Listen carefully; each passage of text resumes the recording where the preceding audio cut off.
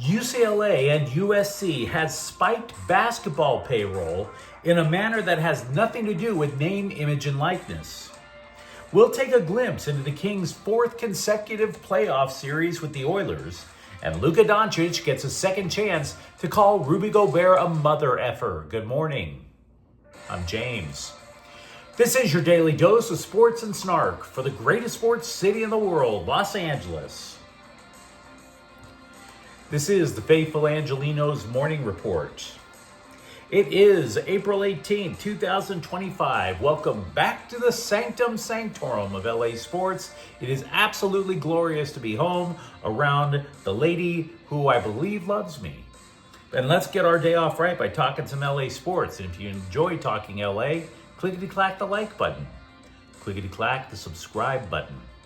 There's a notification bell. Hit that. It'll let you know when we drop new content. Sharing is caring. Let people know we exist. And by all means, comment. Now, before we go through the news and notes, a look at the scoreboard. Calgary 5, Kings 1. Okay, the Kings just brought up a bunch of minor leaguers. If they walk through it, so be it. Meanwhile, today, the Dodgers are in Texas at 5, and Gotham is at Angel City FC at 7:30. We mentioned yesterday, Angel City hired a new manager. Alexander Strauss, however, will take the reins of the club over on June 1st. So what do you say we get to the news? The presidents of the 4 major college athletic conferences, including the Big Ten, which represents UCLA and USC, went to Washington, D.C. this week, begging for help. Begging. The genie is out of the bottle with NIL and the transfer portal. Please, oh, saviors in the cheap suits, help us put the genie back in. Because as a result of amateur athletics going the way of Julius Caesar, the college conundrum, you would have to admit, is that there is pretty much a never-ending offseason.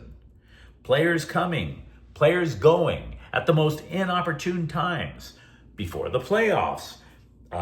How teams that reach the playoffs are then put at a disadvantage because the teams that didn't reach the playoffs have extra time to poach players away. In interviews, these presidents from the conferences, they dare not, though, bring up the reason these players are sneaking out the back door, which I found very strange. Because you know the reason they're leaving as much as I do. It's the money. It's always the money. Now, to an extent, I don't have a problem with that. I think athletes absolutely deserve to get paid for their contributions. And let's be real, a college education doesn't cut it. Particularly if you're going to go into, I don't know, liberal arts. Trust me, I would know as a former philosophy major. Look, there's a systemic problem with the whole NIL program that even these university bigwigs, these conference presidents, that they have not addressed yet. It's because the problem has nothing to do with name, image, or likeness. Not at any school, not at UCLA, not at USC. Getting paid was supposed to be all about that. Look, when this channel debuted was about the same time that NIL debuted as well. So I put a clip trying to describe it for you guys on this channel. Check my receipts. The thing was supposed to be about collectives, right? So what would happen in these collectives? Well, it would be a combination of things. Say somebody goes to a game and buys a jersey with somebody's name on the back. Well, then the player gets a cut. Maybe a fan would donate to a collective. Take the University of Florida.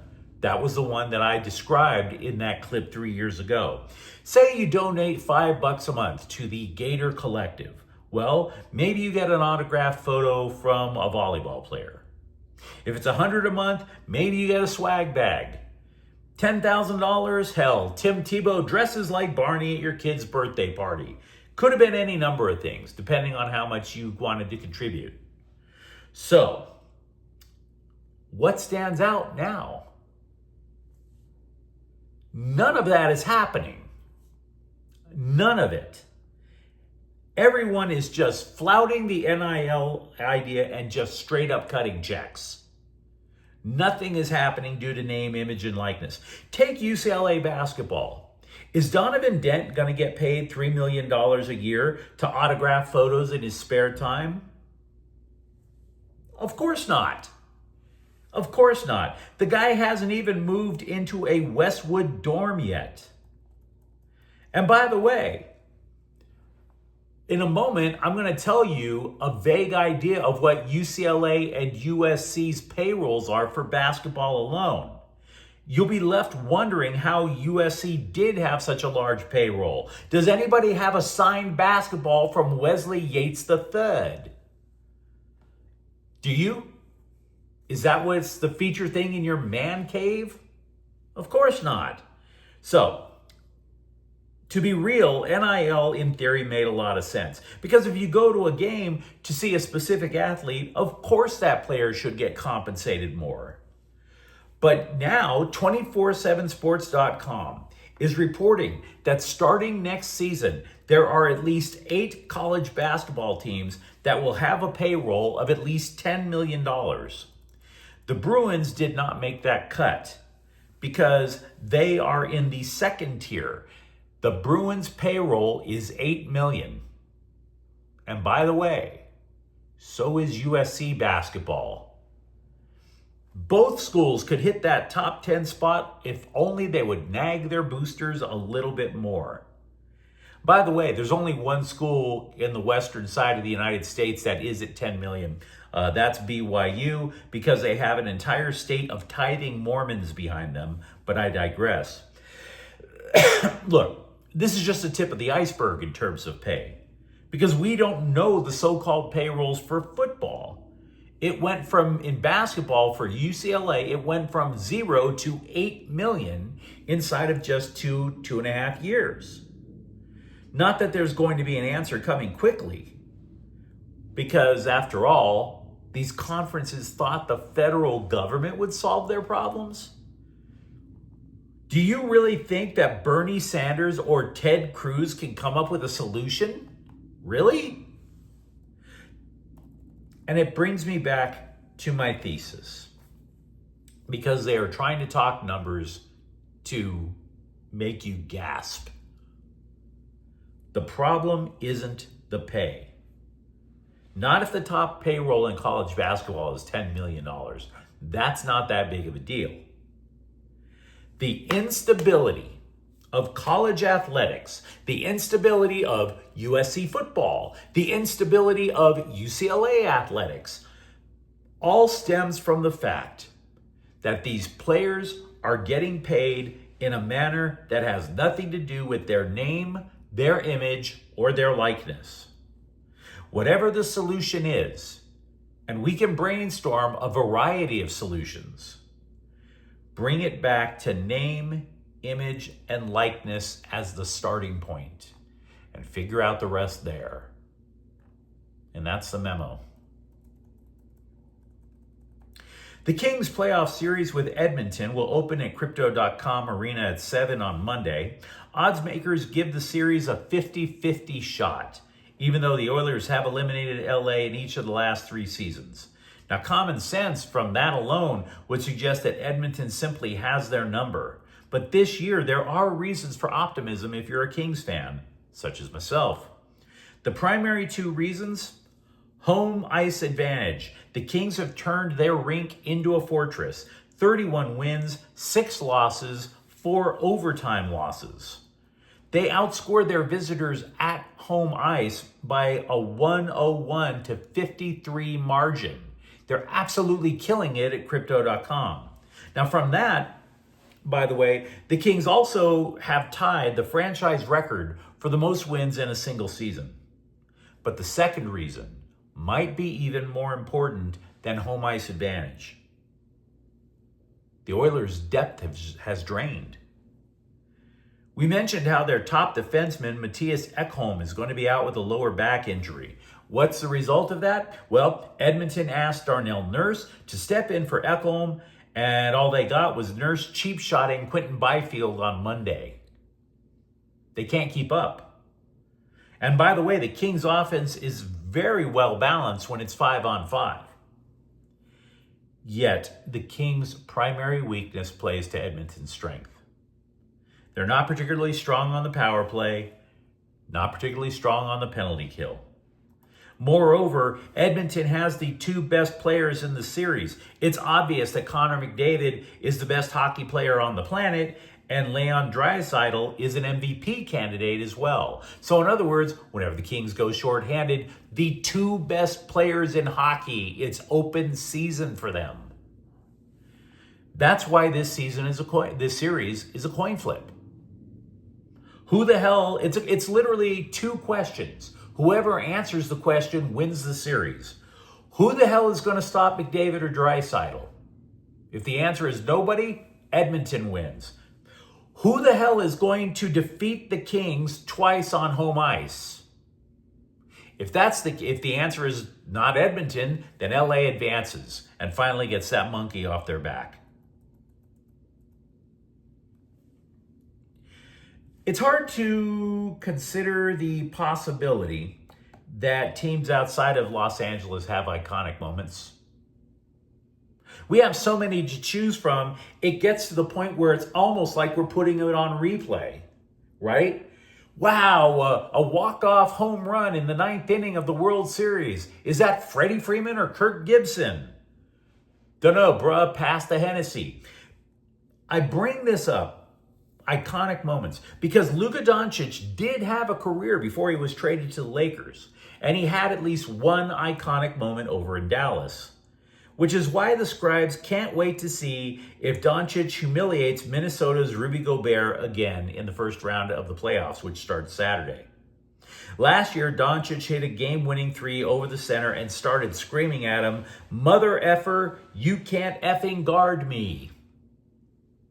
Which I admit would look great if he were wearing Laker purple and gold. But not that Doncic would admit anything like that to the scribes now. Instead, he said, quote, "Since I came to the league, I like to play pick and roll. I like to get a center on me," unquote. So Doncic is basically talking nice, but the scribes won't have it. And I have to admit, if I were an NBA basketball player, I think I'd be honored if I got burdened by Luka Doncic.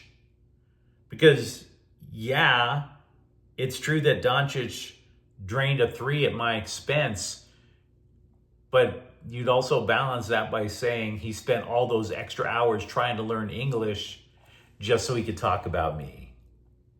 And that would feed my ego. The Dodgers sent Bobby Miller back to Oklahoma City because he allowed 6 earned runs in 3 innings to the Colorado Rockies.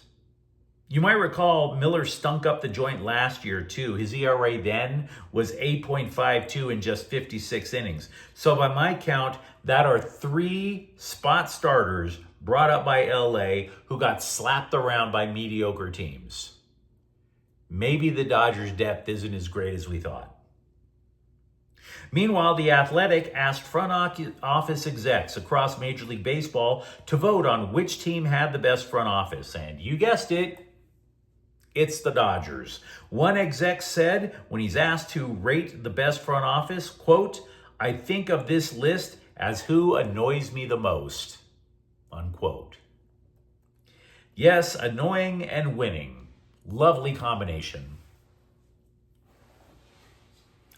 Alleged franchise player Cameron Brink is scheduled to return to the Sparks in June before the WNBA All-Star break, so saith ESPN.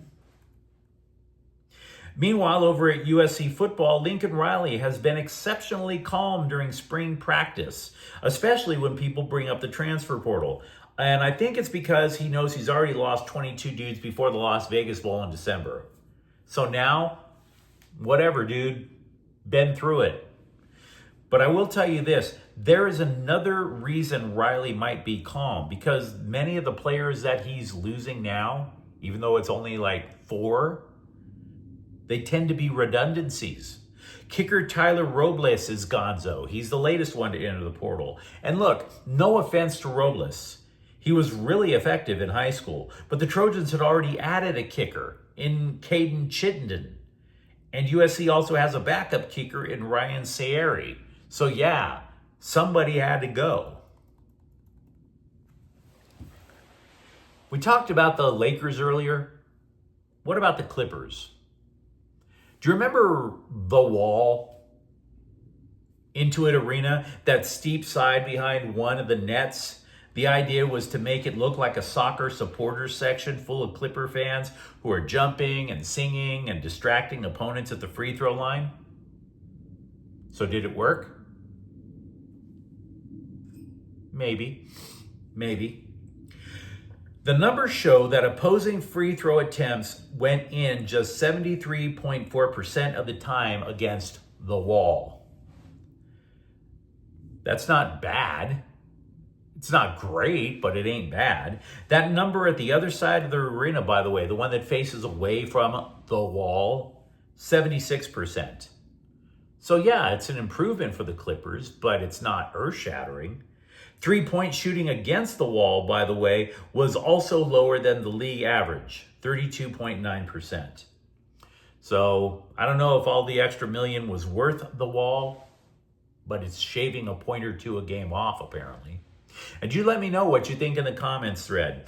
What do you think could be the solution to try to stabilize rosters at USC, UCLA, and across college sports? And for that matter, Kings versus Lakers, Volume 4. Who you got? And if you enjoyed the content, don't forget to subscribe to Faithful Angelenos. We're talking LA sports every single day here. Thank you for watching. I'm James.